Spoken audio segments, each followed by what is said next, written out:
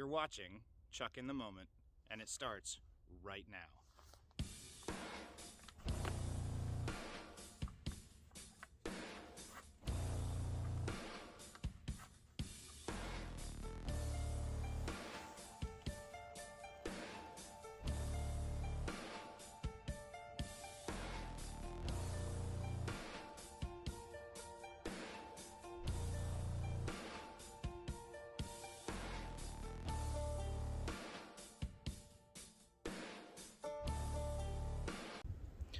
Hey guys, welcome to the very first episode of Chuck in the Moment. I'm glad to have you with me. So today, I'm just really going to do an introduction of the channel and what you guys should expect to see. I've wanted to start a channel for a long time and finally came across this opportunity where I didn't really need anybody else to be a part of it, and just something that I could do on my own and I wanted to do. So, for starters, I hope you enjoy. Number two, I'm going to take you on a journey.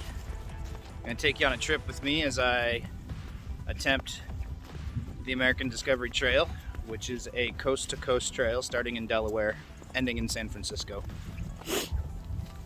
My version of the American Discovery Trail, or the ADT, is going to be a little bit different. First, it's not a through hike. Second, I'm not at all attempting to try to do a super lightweight backpack trip. Unfortunately, cold weather, the gear becomes a little bit different and a little heavier, so I'm not trying to just carry a 30-pound pack across the country. That would be nice. That would be something you'd do in the summertime. And so third, just explain my route to you. I'm going to start in Evansville, Indiana, which is really close to the Illinois border on the Wabash River, which the Wabash River is the border for Illinois and southern Indiana on the western side.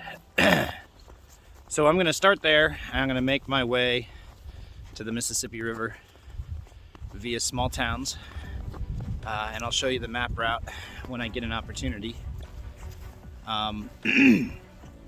Once I get to Grand Tower, Illinois, I will get a shuttle across the river where I will go ultimately end up over at what's called the Katy Trail, which is a retired train line converted into an outdoors trail. Bicycles, hikers, camping, all sorts of fun. That trail is the majority of Missouri. So I will be on the Katy Trail for, I think it's like 190 miles or so. And then we get to Kansas after Missouri, which I will switch over to the Flint Hill Trail for a while after I cross the border into Kansas, which will, crossing the border from the Katy Trail into Kansas, I'll have to take, again, country roads and do some road walking. Once I get to the Flint Hill Trail, it's another retired train line. They call those rail trails. And there's campsites and places along the whole trail. So that'll be an easy go outside of weather. After that, in Kansas, you kind of bop around on some dirt roads for a while, and you follow what's called the Santa Fe Trail, which ultimately takes you down to Santa Fe, New Mexico, or in that area. So there'll be modifications to my trip and with the weather and how long it takes me to get into Colorado. Once I get to Colorado, I'll make my way to Pueblo. Shit.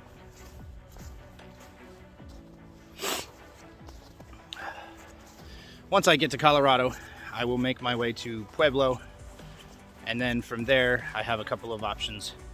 I can take a northern route and go up and over, which is the American Discovery Trail noted route. and then that'll drop you off in Grand Junction, Colorado, close to the Utah border. If the snow is too deep, or there's avalanche seasons and areas where I just really haven't done much, never done much snowshoeing, if any at all, and I don't really have gear for avalanche stuff, so I'm not looking to do that. However, there's a southern route. Just spooked a deer. There is a southern route that I've kind of designed myself. It's not part of the ADT, but it involves going over Moscow Pass, and then over Weminuche Pass, and then down into Durango. And from Durango, you can walk the roads for quite a ways and get yourself out to Moab.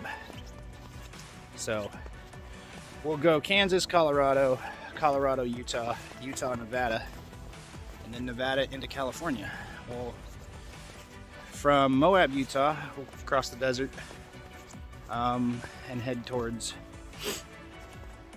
Beaver, Utah, and then out into the desert into Nevada towards Reno.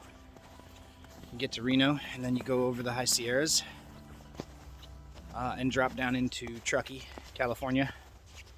Once you get into Truckee, you make your way towards the coast in San Francisco, and then what I'll be doing, that's the traditional end for the American Discovery Trail. What I'll be doing is, once I get to San Francisco, to make up the mileage difference for not starting at the Delaware coast, I will be walking the coastline down to Long Beach, which, I don't know, mileage wise, it's got to be close. I haven't mapped it out entirely because I haven't been interested in the eastern section of the trail, at least at this point. But I imagine it's anywhere between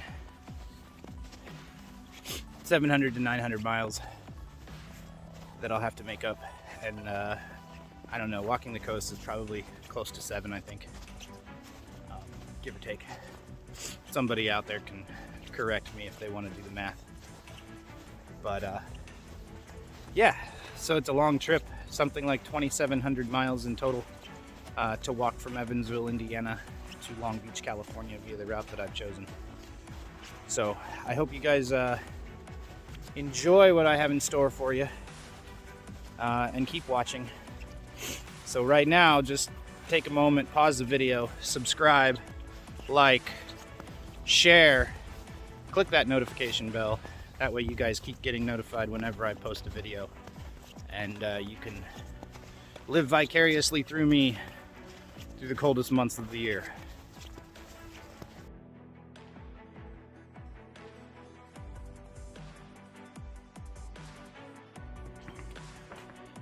Hey, what would you say if I told you I was gonna walk across the country? You're gonna what? I'm gonna walk across the country.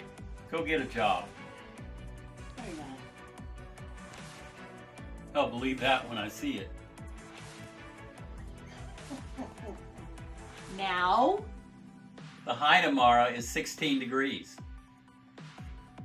Really? Are you coming back? Don't let the door hit you on the way out.